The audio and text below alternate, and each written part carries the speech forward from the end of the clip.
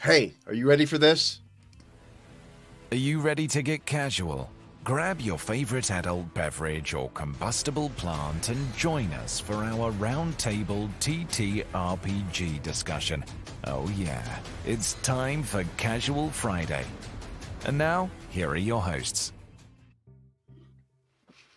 Hey, it's Hey. Casual Friday, and if the screen looks kind of busy, yeah, we have a guest and we have a returning guest.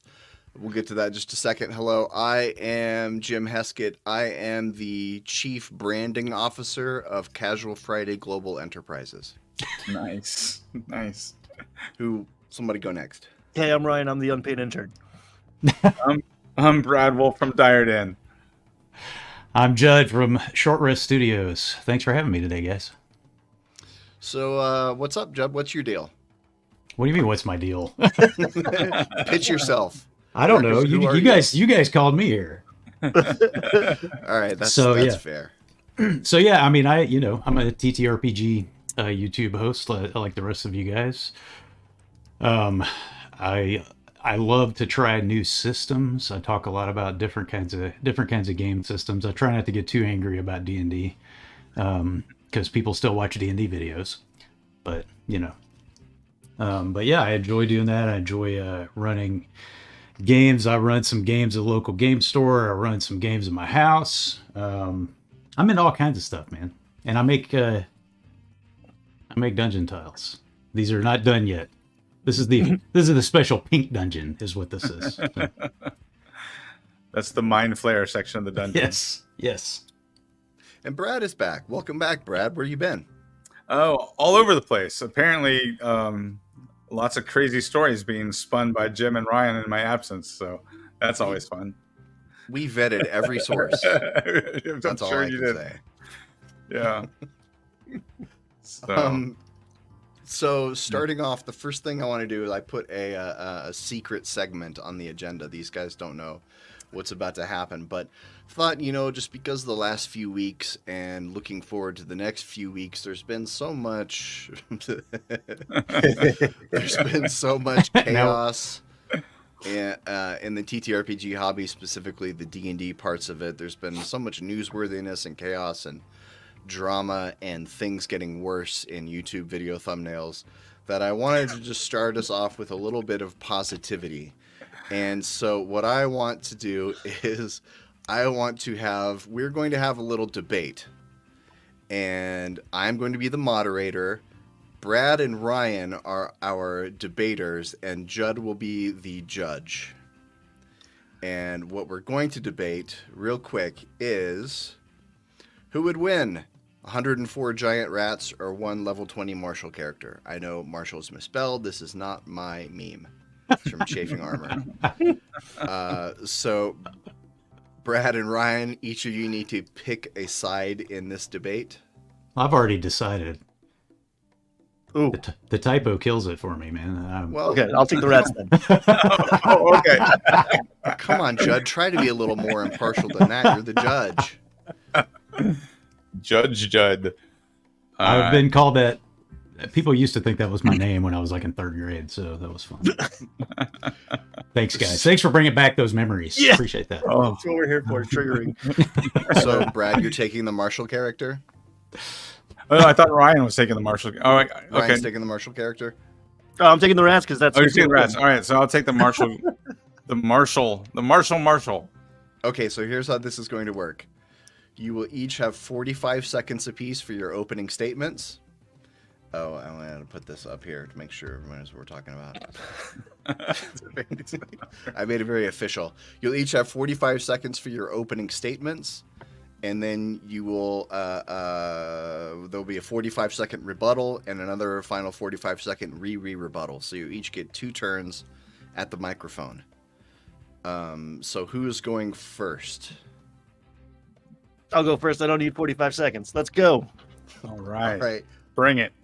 All right, Ryan, your time begins now. Gentlemen, I present to you the fact that 104 giant rats are the superior fighting force. I don't care what capstone ability you took at level 20. 2 words. Action economy. I roll enough dice, you're donezo. It's just a matter of time. I yield my time. Oh, all right, there we go. As I thought, the action economy would be Ryan's go-to argument, and my side will clearly debunk that action economy is only as good as your ability to manage the 5-foot square grid. So we'll have to see how tactical Ryan is with his 104 rats.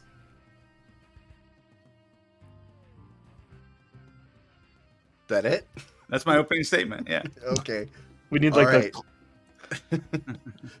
All right, Ryan, you have 45 seconds for a rebuttal. You ready? Ready. Go. So I got 7 squares to work with. I'm flanking, and then I just got waves and waves, and that just gives me time as the dungeon master, because clearly I'm the dungeon master. If I got all the rats, baby, to cook up other ways these rats could maybe. Oh, I can't break your AC. Well, this one explodes when you kill it, and this one is poison, and this one has a tentacle on its back, because dungeon master wins every time. If we're gonna have a debate about stuff, come on. Boom. Oh, End so of turn. All right. Okay. Brad, your rebuttal begins now. So I want to point out that Ryan's math is wrong to start with. There'd be 8 squares to work with. Just It's about words, not numbers. And ultimately, the best you're going to be able to do with rats is to put them in swarms. And a swarm of rats is a challenge rating 1/4 monster. At best, you're using 8 squares on the grid. You've got 8 challenge rating 1/4 against a level 20 character. All right. Again, Ryan clearly just can't do math. So level 20 character wins. It's just one hit after another. These challenge rating 1/4 rats just keep going down. I don't care how many waves of monsters you have. Time. Oh, Well, that was loud. I didn't know that did that. I'm glad I was cutting it short. All right. So, Brad and Ryan have made their arguments. Judd, have you finished tallying up your scorecards?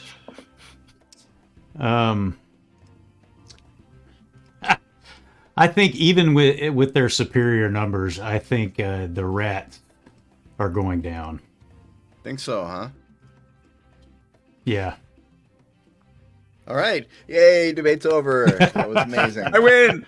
I hate this game. That went You sound exactly- just like my players. I'm just kidding. That's not true. If you're watching this, guys, that's not true. I don't know. My players. For the record, a swarm of rats only has 24 hit points. So Yeah. at most, if you assume each rat is 1 hit points worth, you only got 1 swarm of rats for every 24 rats. So 104 rats at most. You've got 5 swarms. Classic player blunder, assuming the dungeon master's working right out of the monster manual. It's not going to homebrew something because you're level 20 and you're fighting a bunch of rats. If you're level 20 and there's 104 rats coming at you, you think those are vanilla rats? Hey, listen, You're out man. of your mind. That's all the information we were given. Okay. We have to go with what we know. So rules are written, I win. Put the clock back on. I'm not done. Let's go. Round 2. All right, so let's get into our actual main topic now that we've all had our fun with my secret feel-good opening bit. Next up, this week, we don't want to only talk about Dungeons & Dragons because there's lots of tabletop games, but this kind of time of year, we got to talk about Dungeons & Dragons. Because, the books are coming out, and it's the most newsworthy thing that there is out there. We will not only ever talk about Dungeons & Dragons, I promise. So earlier this week, they released a D&D Direct. It was like a 20-minute video where they talked about the PHB, the DMG. They talked about other things that are coming out, and they also talked about the VTT. Ryan, since you threw this on the agenda, do you want to lead this segment? I mean, sure. I expected it to be way longer. Like last year's was 90 minutes. And this year's was like 25. And I'm not complaining because like most of those 90 minutes were about stuff I didn't care about. And I got to tell you, if there's a 90-minute video, I'm not watching it. So it's, Yeah, you were just in a 90-minute video of mine. I didn't watch it. I was there. I lived it, baby. I don't just need put to it watch on in the background so you'd get the view.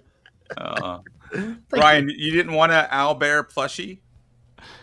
I didn't. Yeah, I don't play Minecraft. I don't need to hear about all the new Right. toys. I know that's it for some people. There is. They did talk about Legos actually, but the meat of it was stuff we mostly already knew: PHB, DMG, Monster Manual. We're getting a dragon anthology, and I'm partial to anthologies. And So dragons. I love dragons, and I like the modularity of an anthology. Ugh. Same Tales here. from the Yawning Portal might be my favorite 5e book. Yeah, so their anthology books have been their best stuff. I think so. I'll die on that hill. New starter set is exciting for me because I stuck my flag in Phandalin, and that's how, if you know me, you probably know me because of that. Surprisingly, Forgotten Realms Player's Guide and Campaign Guide. So I thought we were maybe going to Greyhawk and was looking forward to some newness, some variety. We're staying in Forgotten Realms. We're getting a new. It's not just the Sword Coast Adventurer's Guide, so I'm hopeful, I guess. But what I don't see on this list of all of the things that are coming in the next year plus of time is a big old campaign adventure book, which I kind of was looking forward to hearing about that. And apparently we're not gonna see one in 2025. I mean, I'm okay with that because I think, like I said, I think their best products are their anthologies and their starter sets. I think those are the best adventures they make. Yeah. So I'm okay with that. But I'd be surprised that there's not a big adventure planned. I would think there probably is. It may be more towards the end of the year next year, and they're just not talking about it yet. I thought it was interesting that in Heroes of the Borderlands working title, the new starter set, it says that they've split one adventure into 3 self-contained booklets, and each booklet to help new and returning players learn as they go. How to play video will also accompany the release. This is the first starter set that I'm aware of that doesn't really include the rules. They're saying it has a short tutorial, I'm guessing a couple pages, reminding you of like what advantage and disadvantage are, but they're leaning into the how to play video. That sounds kind of cool. I'm curious by the 3 different booklets, because is that going to be the 3 pillars of play? Because the original Keep on the Borderlands adventure, you had the Caves of Chaos, which was your dungeon. You had the Keep, which would be all your social encounters, and then you had the wilderness, like swamp area, which I think, if I remember right, had some lizard folk or something in it. So you could have the swamp as your environmental or your exploration pillar, the Keep for your social pillar, and the Caves of Chaos for your dungeon pillar. That would be a cool way to teach people how to play. I agree, and I don't know if WotC is as clever as you are, Brad. That's every time Brad talks, I'm like, man, I hope that's the truth. Yeah. Well, all I can say is I'm just a nerd, and probably you guys are all much more knowledgeable about all things TTRPGs than I am, but I am always excited when they say they're coming out with something that relates back to something that makes me think of the old school, Keep on the Borderlands. I mean, that sounds really cool. It sounds like a neat way to introduce people. And I was actually a little bit disappointed in the last starter set. Like initially I liked it, but I think the adventure was a little disjointed for me. I think it's cool to me to go back to something like that. Yeah, I like the nostalgia of, when they redo the old adventures. I appreciate that. Yeah. Sure. I was actually excited to hear them announce the Forgotten Realms Adventure Guide, not because I care about the Forgotten Realms, but because I predicted in my my D&D predictions video that would be one of the books that would be coming out with the new edition. They would do a better version of the Sword Coast Adventurer's Guide. I thought it was pretty interesting in the video where they said that there has not been a player's guide for Forgotten Realms in 5th edition, which I have very distinct memory of Perkins or Crawford saying in a video like, Sword Coast Adventure Guide is for players, Storm King's Thunder is for Dungeon Masters. I got it right up there. sides of the same thing. I have both those books, and half of Storm King's Thunder is just the copy pasta from Sword Coast Adventures Guide. Yeah. So I don't know what they're talking about. It's some kind of reality distortion field around them right now as they're trying to pretend that Skag never existed. It's probably the same reason that they're saying the Forgotten Realms is the most popular D&D setting. That's the only one you publish content for. Right. Yeah, everything is brand new except half of it's from Tasha's. Yeah, Jay, Goodman Games released, I'm pretty sure they did release Keep on the Borderlands. It's one of those massive books that has the original and a 5e conversion. Mm-hmm. It was Goodman Games that did that whole series, right? Of those massive black and white print books. Yeah, I think I have the Temple of Elemental Evil version of Goodman Games set. Now, if they published those for DCC, I would play that. There was one thing I wanted. Sorry, go ahead. Oh, I mean, you could use the AD&D version of it for DCC. Yeah. These Legos are beautiful, and I want them. I want the Mind Flayer, man. I don't care about the rest of them, but I saw that Lego Mind Flayer in the video, and I geeked out over that one. I think these guys are all pretty cool. Yeah. I looked at on the Lego website. They're not out till next week or Sunday, I guess. But it said they're only $4.99, and I was like, "That's crazy! How could that be possible?" And then I realized they're blind boxes. Yeah. Which, as the parent of a young child, blind boxes are the scum of the earth. Yeah. They're one of the worst parts about capitalism. And they should be abolished. I agree. So I don't know. I guess I'm going to have to go buy some Legos. Get some duplicates.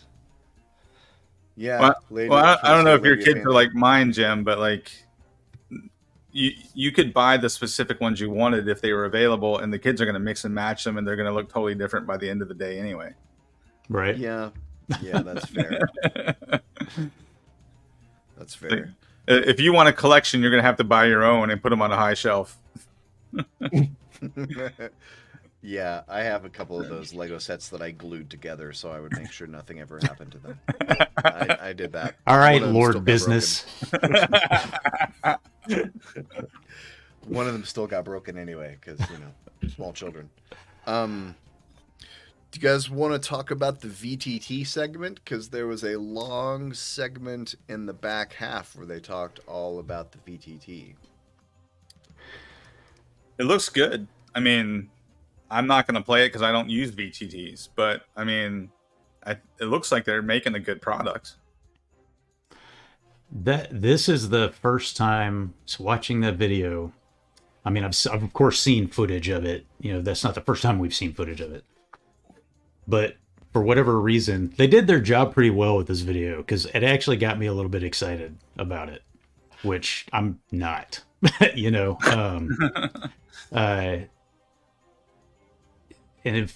that's not really part of this discussion, but I thought it looked really neat. I thought I like that there's video game like effects and things, but they're not going full on video game with it, which I appreciate. I have a lot of thoughts on the whole, the VTT, the complexity of the game itself, AI, dungeon masters. I have all these scenarios running through my head. I look at that VTT and I think it looks really cool. And they are making, like you said, Brad, they're making a really good product. I mean, as long as it works, it's one thing if it looks good, but as long as it works, it's a good product. I think it is very clear that Wizards they're going after the players, right? Because historically, dungeon masters are the ones who buy Dungeons and Dragons material, books, and all of that, minis, everything. And it's very clear, they've talked about it, they're going after the players, and I think we're seeing a system that's going to make it really possible and probably very enjoyable for a group of players to get together and maybe have an AI dungeon master and play without a dungeon master, because the game keeps getting harder for DMs to run. That's my opinion. But I thought it looked cool. I thought it looked really good. Yeah, yeah. I think everybody's been concerned about microtransactions, and I think that's pretty clear that microtransactions are, at least the ones directed at players, are going to be how cool can I make my miniature look, right? Which I'm fine with. Like, I mean, if you want to pay for it, go for it. Yeah. Yeah. I mean, there's people out there who are going to love that, but I think there's also there's a ton of us who play at a real table, or we want a more streamlined VTT like Owlbear Rodeo or something, and all of us are still we're going to keep doing what we've been doing. I don't think the VTT is going to change anything for people like us. Now, I will say, I mean, I'm like I want it simple, and I sort of swore off online play for a while, but that's because my only experience was with Roll20, and Roll20 is a pile of hot garbage. But Owlbear Rodeo is so nice. But like, if it's easy to use, then I could see you, like myself, using it for stuff. And one of the things that they said was really interesting, that you could play other systems, other games in their VTT. And I was like, okay, now that's the part that really got me, like, that I might actually use it. You know what I mean? Yeah, because that would be smart. Like, if you were able to just use Dungeon Crawl Classics or Shadow Dark rules, and just use their toy set, right? Like, build your dungeon like you're playing with Dwarven Forge. Use the little miniatures. Yeah. Ryan, were you going to say something about that? I think I'm a little pessimistic. I like what I saw. Like, part of me is like, okay, cool. The cooler this is, the cooler it is. But I think this is the cornerstone for, like, all of the things everyone's been afraid of since they bought D&D Beyond. Of, like, walled garden and just everything digital, microtransactions out the wazoo. And we were talking about it in the chat. Like, there's a little shot of, like, Trist can fight a robot, and it's Optimus Prime. Yeah. For, like, and insert every Hasbro property is going to be shoehorned into this thing, and it's going to be, I mean, you can probably make DCC work inside of any engine that's built to run D&D, but like, I think they're talking about Transformers, they're talking about GI Joe, and like, I'm not. Well, in the context of what he said, though, I mean, it seemed to me that he was saying you could play other TTRPG systems in it. Like, that's the way it was worded. But I also hear what you're saying, and we're gonna be playing D&D with Megatron pretty soon. Yeah. Well, I want to address Twin Steel's comment here about the horse armor. I don't think that the microtransactions are going to be as sinister and invasive as everyone is picturing. I think there's been, it all started when Cynthia Williams said that D&D was under-monetized. That was like the quote heard around the nerd world, and has led to a couple years now of rampant vitriolic speculation about the VTT, and I don't think Wizards has ever used the phrase microtransactions once. I mean, we know there's going to be microtransactions. The thing from the video that got me was they said the phrase dress up your minis. They said that twice. They mentioned referred to dressing up your minis. But there was something else in that presentation that I thought was incredibly interesting, was that they showed a screenshot of importing 2D tokens into their maps. Like, in the D&D maps, if you go to add a token for something that doesn't exist, like an ape, it just has that default kind of like Displacer Beast looking silhouette. You can add those tokens into the VTT, and I was like, this is really interesting, because if minis are their moneymaker and they're letting you import these tokens, maybe it's not as sinister as we all think because of all the doomsayers on YouTube. Yeah, I don't think it's going to be. I think what a lot of people envision when they say there will be microtransactions is that is that you're going to have to pay for every little thing to be able to play in this playground. But I don't think that's the case at all. I mean, I think you're right. I think there are going to be things like dressing up your mini, making it look the way you want to, extra features. I think for the monthly subscription fee, you're going to get to play. You know what I mean? Like, it's not going to be so hamstrung that you can't play in it. Yeah, I think your monthly subscription is going to get you the ability to play with all those tokens. And that's going to get you into the environment. You're going to see how cool their little environments are. You're going to be customizing your dungeons. And then you're going to be playing with these free tokens. And it's a matter of time before you're like, I should really spend some money on some miniatures to because the tokens look so flat compared to these cool 3D environments. So that, I mean, and that is a better marketing strategy than trying to force stuff upon people, right? You invite them in at low cost, you get them hooked, and then it's their decision to upgrade, right? Yeah. That's how mobile games do it, right? Mobile games get you in for free, Game. Yep. I still play them for free. I just close the app when the ad comes on, and then I open it back up again. You're smarter than the average human, I think. I'm just cheap. I don't play them at all, but a lot of my players and friends do. Yeah. None of them compared to Doodle Jump. That was the king, and then it's been downhill since then. They also showed in that presentation, they showed 3D minis on the 2D D&D Beyond alpha maps. I thought that looked the coolest out of all the things they showed, because I was like, this is the most like an actual tabletop, because it's digital, but it's a 2D flat map, and then you have minis sitting on top of it. And I was like, oh, that looks like playing Dungeons and Dragons at a table, because you have a flat map and you have minis sitting on top of it. And so if there's a lower cost way to do that, I might be into that. Otherwise, I don't know, this doesn't really hook me all that much. I'm not worried that it's going to be like so cool that it's going to take everything over. I'm worried about what happens to the license agreement they have with Roll20 when it comes time to re-up it, and they have their own proprietary tabletop. There's a lot of people who are playing on Foundry, who are playing on Roll20, who are using the system to do the math for them too. And okay, you can have some SRD stuff in there, but like, I think that's, and it's not going to happen tomorrow, but that's the part that I am pessimistic about. But I'm also, the more siloed D&D becomes, I think it actually pushes energy out into all these new systems or old systems.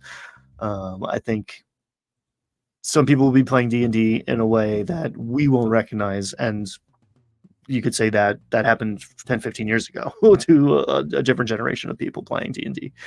So I'm not worried about my tables. I'm not worried about my game. I just think that there's going to be new people coming into the hobby playing a video game that says Dungeons and Dragons on the tin, and it's going to feel a little bit different, and I think something's going to be lost.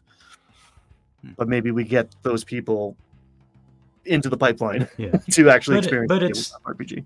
It's the game is not what it was in 1970 whatever, Right. I mean, it's a different game, and it's gonna evolve, and that part of it doesn't bother me. I think sometimes I sound like an old fart, a grognard, but that doesn't really bother me. It just is what it is.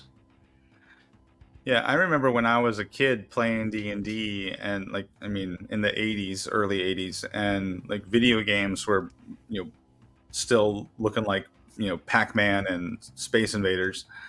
And I remember as kids us saying, how cool will it be when you can play D&D as a video game, right? And as kids, we thought that would be the coolest thing ever. And then, fast forward 20 years, and like World of Warcraft was coming out, and I was like, yeah, I have no interest in this whatsoever. It seemed exactly like what I wanted when I was like 10, but then by the time I was 20 something, I'm like, nah, I just want to play D&D at the table with my friends.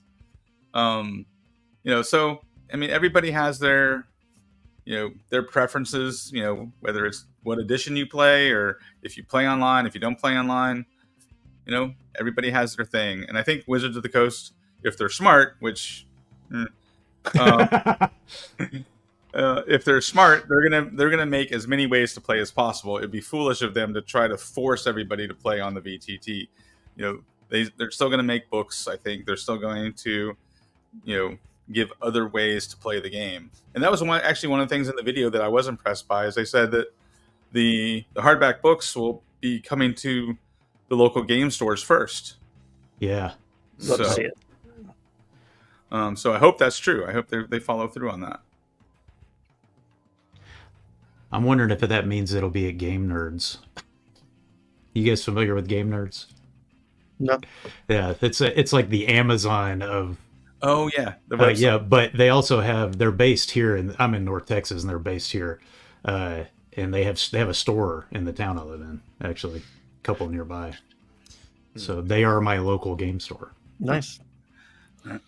Yeah, I'm getting the PHB on Tuesday from my local friendly neighborhood game shop. I still haven't decided if I'm going to get it or not. Yeah, that's a interesting comment that Fred just made about he spoke to somebody who said that they doubt the Unreal Engine will run on a regular computer or normal internet connection. That's interesting. I have a friend of mine who worked on the Unreal Engine for years. So I'll have to follow up with him and see what he thinks. He and I used to play D&D together years ago. So I'll have to check that out. Yeah, if this Sigil VTT won't run on a phone, then it is doomed. Well, I mean, they talk like it's going to. Yeah. Beta starts soon, right? Yeah. Or like a month out, not even. So this will all be a lot less theoretical pretty soon. Mm-hmm. Did everyone sign up for the beta? I did not yet. I did. Yeah. Yeah, I haven't yet. I need to do that. I want to. I want to tinker around with it and see what it looks like. Yeah. All right. So, any other thoughts on this D&D Direct or the VTT part of it? If I had 108 rats, I think I could win. 108 rats I've been on doing the that math. VTT. 108 rats on the new D&D VTT. And If you're we set. get access to the VTT and are able to stream it, we are going to set that up. 104 rats versus one level 20 barbarian or whatever. The rats would totally win, by the way. Giant rats. They're doing if there's 104 of them, if a quarter of them hit, they're doing something like 100 damage a round. Level 20 barbarian. And what percentage of my giant rats have some weird disease you've never heard of? Most of them. Like, let's go. I can do anything. Ryan just keeps upgrading his rats. That's how I Ryan's run my game. going all Kobayashi Maru on this and rearranging the rules of the test. Mm-hmm. Pray I don't change them further. That's an old Star Trek reference. So let's move on to the next thing. And I was thinking we don't really need to talk about the changelog. It's kind of old news by this point, even though it is the title of the episode. But I'm very curious about this last thing that's on the agenda that I assume Brad added. This segment is titled, "Can we forgive WotC now?" Do we need to forgive them? They're a corporation. Jesus didn't tell me to forgive companies. That's a refreshing perspective.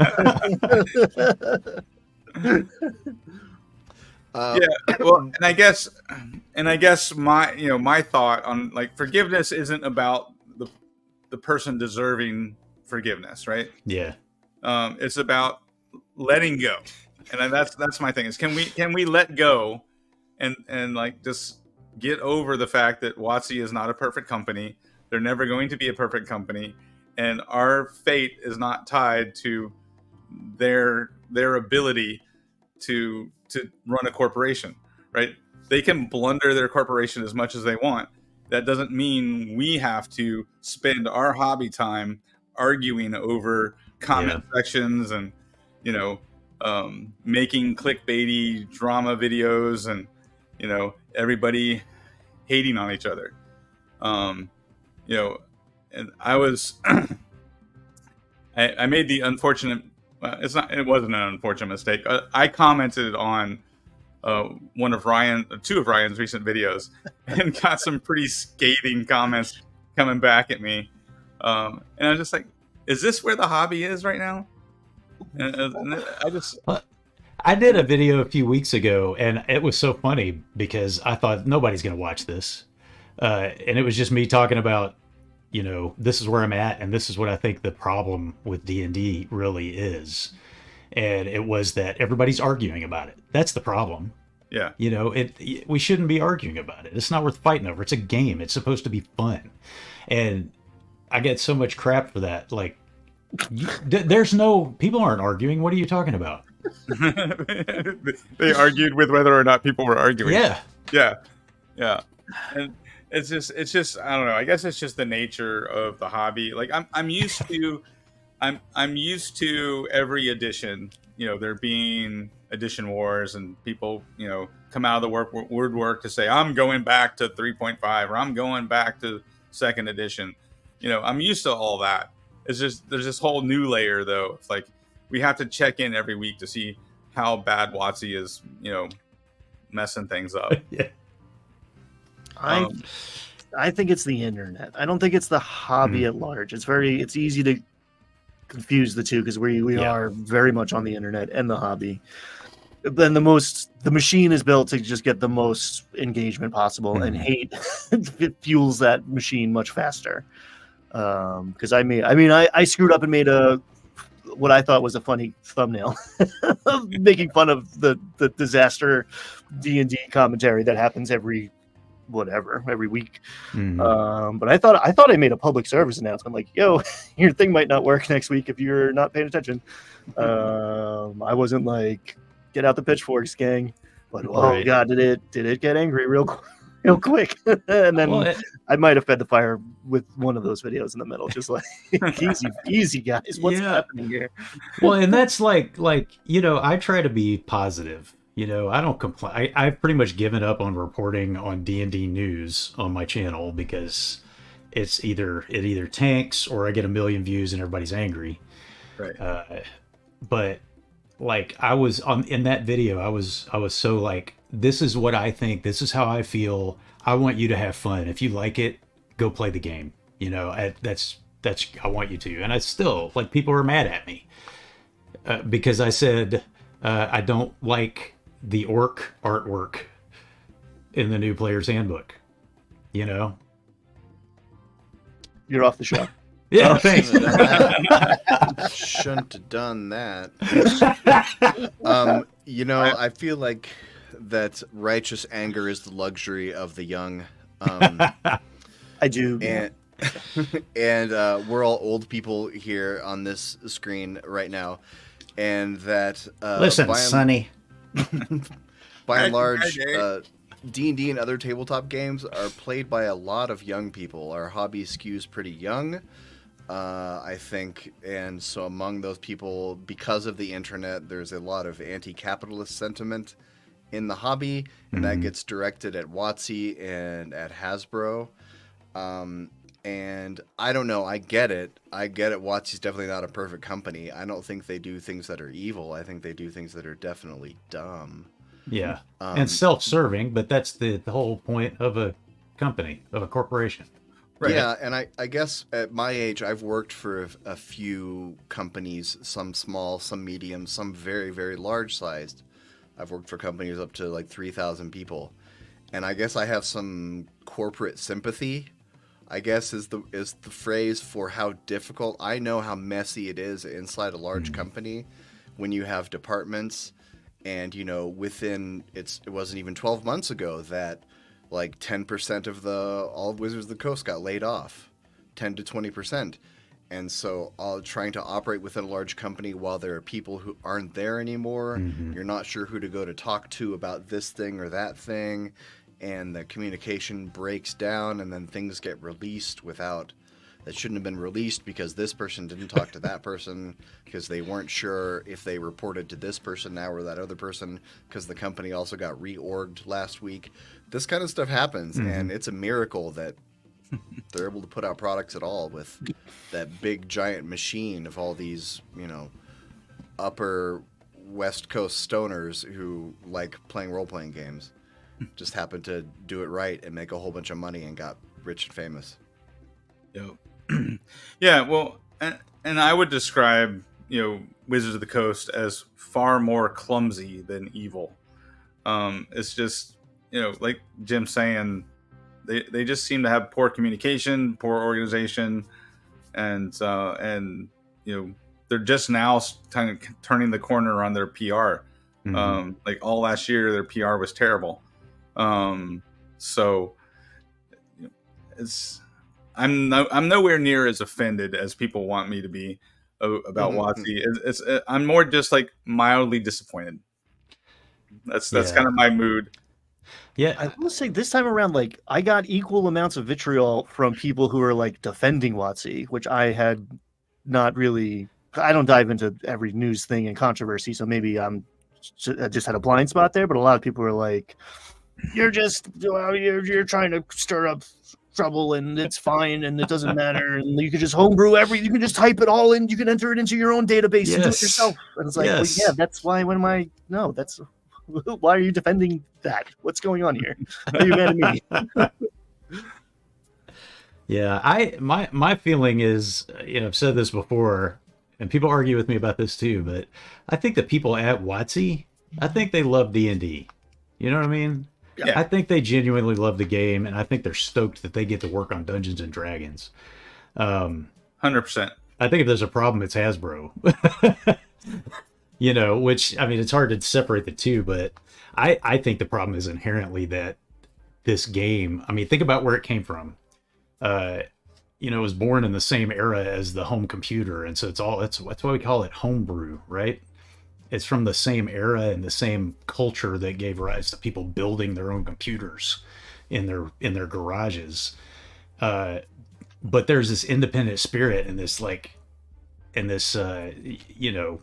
almost totally outside the mainstream thinking that brought us this game. And now it's controlled by a publicly traded corporation. I don't think it's really in the best interest of the game to be owned by a publicly traded corporation, but it is what it is. Right. Well, and that's a great point about the hobby as a whole. Is it like this hobby was founded and built by, creative people who want to put their own spin on things, who want to homebrew, who want to do it. That's an excellent point. That's kind of the attitude. And then that's it's never going to fully jive with a corporation who's right. Trying to monetize their product, because that's what corporations do.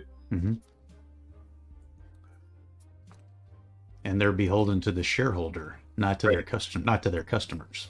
Right. But we're not. That's my the silver. That's why I don't get so upset. Yeah. That's why I don't like. I just play one on TV. But the DIY culture is like built into the source code. Oh yeah. And the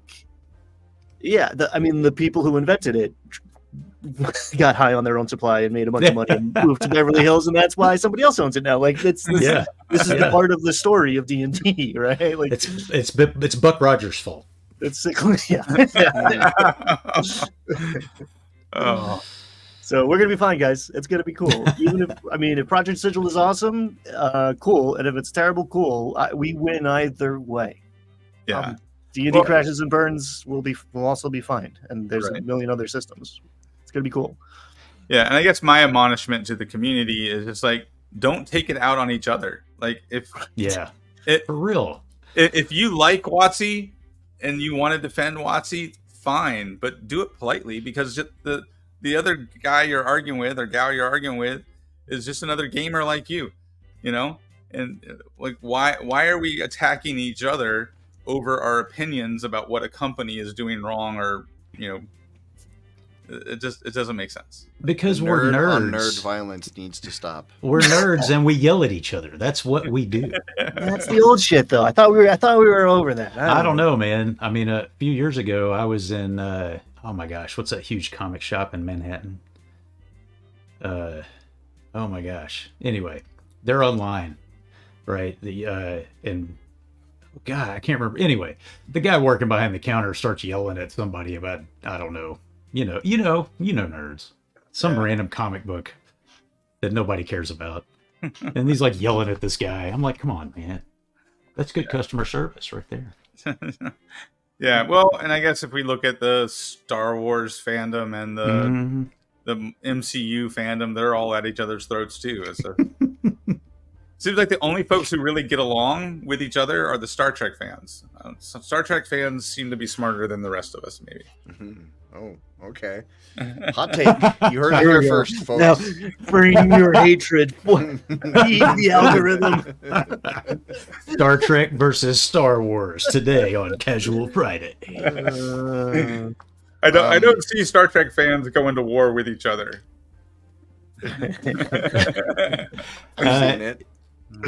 I've seen it. So any other thoughts on Brad's plea for world peace? I like it. I find it inspiring. Yeah, and I do think it's about what are you doing on your side of the equation, on your side of the screen? Are you going to spend 45 minutes typing on the bottom of videos that you disagree with, and then that just gets you more of the videos you disagree with? Yeah. Yep. And the funny thing is, like, I'm not going to mention who, we'll probably know who it is, but it's a YouTuber that I actually have a lot of respect for, enjoy their videos quite a bit, but they often say, you know, you guys complain when I do these kind of videos and say, I used to like your channel, but now all you do is this clickbait stuff. And they say, no, I still do all the other stuff, you just don't watch it. And it's true. Yeah. That people are, and some of it's the algorithm, you know, the algorithm just pushes that stuff because that's what people are watching, you know, and it's unfortunate. If you watch 10 videos that you like, and then you comment on the one you don't like, right? Guess what? The machine is going to feed you more. And guess what? There's a human being on the other side of the screen too, who's like, well, I'm doing all this stuff that I wanted to do, that I got into it to do, and it's not working. But when I do this, it does work. So apparently this is what people want. You get what you put your energy into. It's karma, essentially, or the law of attraction, or take your pick, but it works on the algorithm. Yeah, that negativity is a powerful draw. Yeah. Unfortunately. The dark side. Two algorithms inside you. Which one do you feed? So I thought maybe the one that says Picard is the best captain. That's Heyo. Let's go. Here we go. Let's go. Salty here. Nerd fight. Nerd fight. Yeah. I thought, do you guys want to tackle one of our discussion topics with the 10 minutes we have left? I want to yell about rats again, actually. I really enjoyed that. Let's hear it. You want me to put 45 seconds on the clock? So our first discussion topic is, what TTRPG podcasts do you listen to? Who wants to take out their phone and go first and tell us? Tell us what's in their quiver. I'm going to steal Brad's because he got me into it. Dungeon Masters. I'm a few episodes into it, and it's been amazing. It's so good. I like Sean Merwin and Teos Abadia's Mastering Dungeons. Is that there? Yeah. Those guys are super informative, super knowledgeable, and very level-headed as far as like their take, because they've been around the game for forever, and you know they're like, oh yeah, this has happened before, it's okay. But they both did a recent series on the Living Greyhawk, the old 4th edition campaign that they were both involved in and wrote adventures for, talking about Greyhawk lore and stuff. So they're always an interesting listen, and they cover other games too. They did a whole series on like the game design of Shadow Dark and the game design of Daggerheart. I really like those guys. I don't really listen to podcasts anymore. I used to a lot, but I watch a lot of video. I watch YouTube videos from Short Rest Studios. I watch those all the time. There you go. Heyo. Brian, did you go already? Because I have a bunch. Yeah, Dungeon Masters has been the mainstay. I like spooky, like lore. Is like, well, it's almost like a Monster of the Week podcast, but he goes into like the folkloric aspects of it. He had an Amazon show for a minute too, actually. Yeah. But there's some like any like folkloric monster, like kind of unsolved mysteries. I think we're gonna make a Mothman adventure pretty soon. Like that stuff's it's not a D&D podcast, but it's like whoop, it's right there. That all just like feeds right back into my Dungeon Master background process. All right, well, I got a bunch. I have a lot of windshield time, and for some reason, so I listen to a lot of podcasts. Critical Role, because I don't always have time to watch it, but I can usually find time to listen to it. Dungeon Master of None is a great one. I've been listening to that one for years. It's these two guys, Matt and Rob, very experienced dungeon masters. They're I don't think they have a YouTube channel, but it's just like the video of the podcast, so it just shows a static image. But they've been podcasting for years. Dungeon Master of None, that I highly recommend that one. I listened to Dungeon Master's Block. I'm not sure if that's the same thing as the Dungeon Masters you were describing. Dungeon Master's Block, Mastering Dungeons, like Brad mentioned. Not Another D&D podcast, which I mostly listen to for the bonus stuff like D&D Court or the Turtle Tank or Surprise Round. They do occasional like side episodes. D&D Court is the best. RPG X-Ray is a new one I've been listening to. The Session Zero podcast, which was interesting because there's like this experienced DM and a therapist, and they would talk about their campaign. That one has been on hiatus for a while. Taz, obviously, and that whole family of McElroy brother podcasts. The Jocular Junction with Jorfton, also known as the Saturday Morning RPG Show. That's one podcast. Sly Flourish, I listen to his show definitely every week. And I don't always listen to all these every week. Sometimes I just mark when it's played if I'm not feeling it. But yeah, that's a lot of podcasts. So the actual plays, fun. Just 3 actual plays. Critical Role, NADPOD, and Taz. Yeah, Taz. Twin Steel mentioned Taz. And I didn't see Taz. I saw my brother and me live recently. I had the poster is shiny, so it's not behind me anymore. But I love the McElroy brothers. They're so much fun. Yeah, I can vouch for Dungeons and Daddies. Nice. I fell off in the second campaign because it became less of a D&D podcast and more of just like straight improv comedy in their second campaign. But the first campaign of Dungeons and Daddies, it's fantastic. The whole thing. Fred is talking about the Y Files, which I'm a little behind, and he puts out something every week almost. But the Y Files is like narrative delivery of conspiracy theories, I guess, urban legends, conspiracy theories. And he like lays it out as convincingly as possible, and then tries to debunk it. But he's an old radio guy. He clearly has like storytelling chops. He's doing a very good job. And again, all that weird, it's like, oh, this is like 2 steps away from a D&D adventure. I was trying to find it. There's one I used to listen to all the time. I think I got like all caught up and just stopped listening, waiting for them to like build back up so I could binge them again. I can't remember the name of it, but it was somebody who basically like deep dived on the classic fairy tales and like told them from multiple different perspectives across like the different tellings from different cultures. For the life of me, I'm trying to find it. I can't remember the name of it, but it was a really great podcast, and like went into like the themes of the fairy tales, and then like I said, compared and contrast different versions of them. It was pretty fascinating. So it wasn't tabletop specific, but it was a great source for tabletop ideas. Some last minute breaking news. Acquisitions Inc. dropped a new one shot yesterday. Interesting. I wonder Perkins if and it's Crawford. Oh, playing Crawford and Perkins playing. Nice. Nacho, do you know if it was the is it like 5R or whatever that they play in the newness? I mean, if anyone's gonna start there, I guess Acquisitions is a pretty good place. Also, off the top of my head, Ravenlore is here. Yeah, he's still here. Cool.